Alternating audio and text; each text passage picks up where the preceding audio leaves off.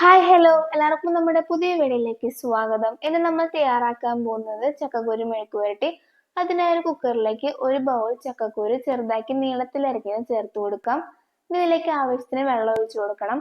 ഞാനിപ്പോൾ ഇവിടെ ഒരു ഗ്ലാസ് വെള്ളം ഒഴിച്ചിട്ടുണ്ട്.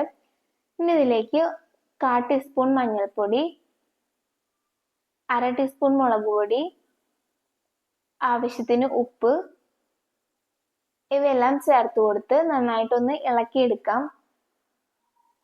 ഇനി ഇത് മൂടി വെച്ച് ഒരു വിസിൽ വരുന്നത് വരെ ഒന്ന് വെയിറ്റ് ചെയ്യാം. ചക്കക്കുരു നന്നായി വെന്തുടയേണ്ട, അതുകൊണ്ടാണ് ഒരു വിസിൽ ഓഫ് ചെയ്യുന്നത്. ഏകദേശം ഒരു മീഡിയം വേവ് മതി ചക്കക്കുരു. ഇപ്പൊ ഇവിടെ ഒരു വിസിൽ വന്നതിന്റെ ആവിയെല്ലാം പോയിട്ടുണ്ട്.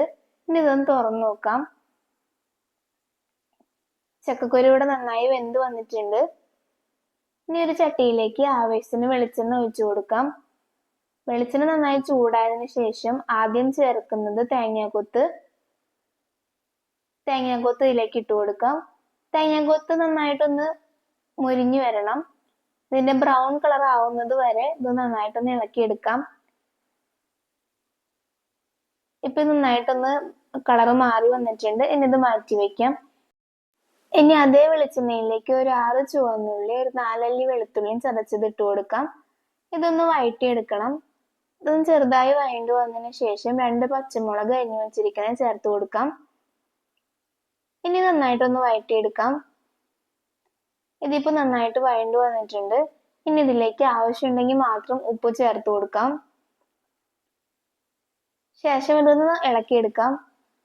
ഇതിലേക്ക് തേങ്ങാക്കൊത്ത് ചേർത്ത് കൊടുക്കാം. തേങ്ങാക്കൊത്ത് ചേർത്ത് കൊടുത്തതിന് ശേഷം നന്നായിട്ട് ഇളക്കിയെടുക്കണം. ലാസ്റ്റ് ഇതിലേക്ക് ചേർക്കുന്നത് നമ്മൾ നേരത്തെ വേവിച്ച് വെച്ചിരിക്കുന്ന ചക്കക്കുരു ആണ്. ചക്കക്കുരു കൂടെ ഇട്ട് കൊടുത്ത് നന്നായിട്ടൊന്ന് മിക്സ് ചെയ്തെടുക്കണം. ഒരു തണ്ട് കറിവേപ്പില കൂടെ ചേർത്ത് കൊടുത്ത് ഇനി ഇത് ഒന്ന് മൂടി വെക്കാം. ഒരു 2-3 മിനിറ്റ് മൂടി വെച്ചതിന് ശേഷം ഇതൊന്ന് തുറന്നു നോക്കാം. ചക്കക്കുരു ഇവിടെ നന്നായിട്ട് സെറ്റ് ആയിട്ടുണ്ട്. അപ്പോൾ ഇതൊരു വ്യത്യസ്തമായ ചക്കക്കുരു എല്ലാവരും ഉണ്ടാക്കി നോക്കണം. നമ്മുടെ ചാനൽ സബ്സ്ക്രൈബ് ചെയ്യാൻ മറക്കരുതേ.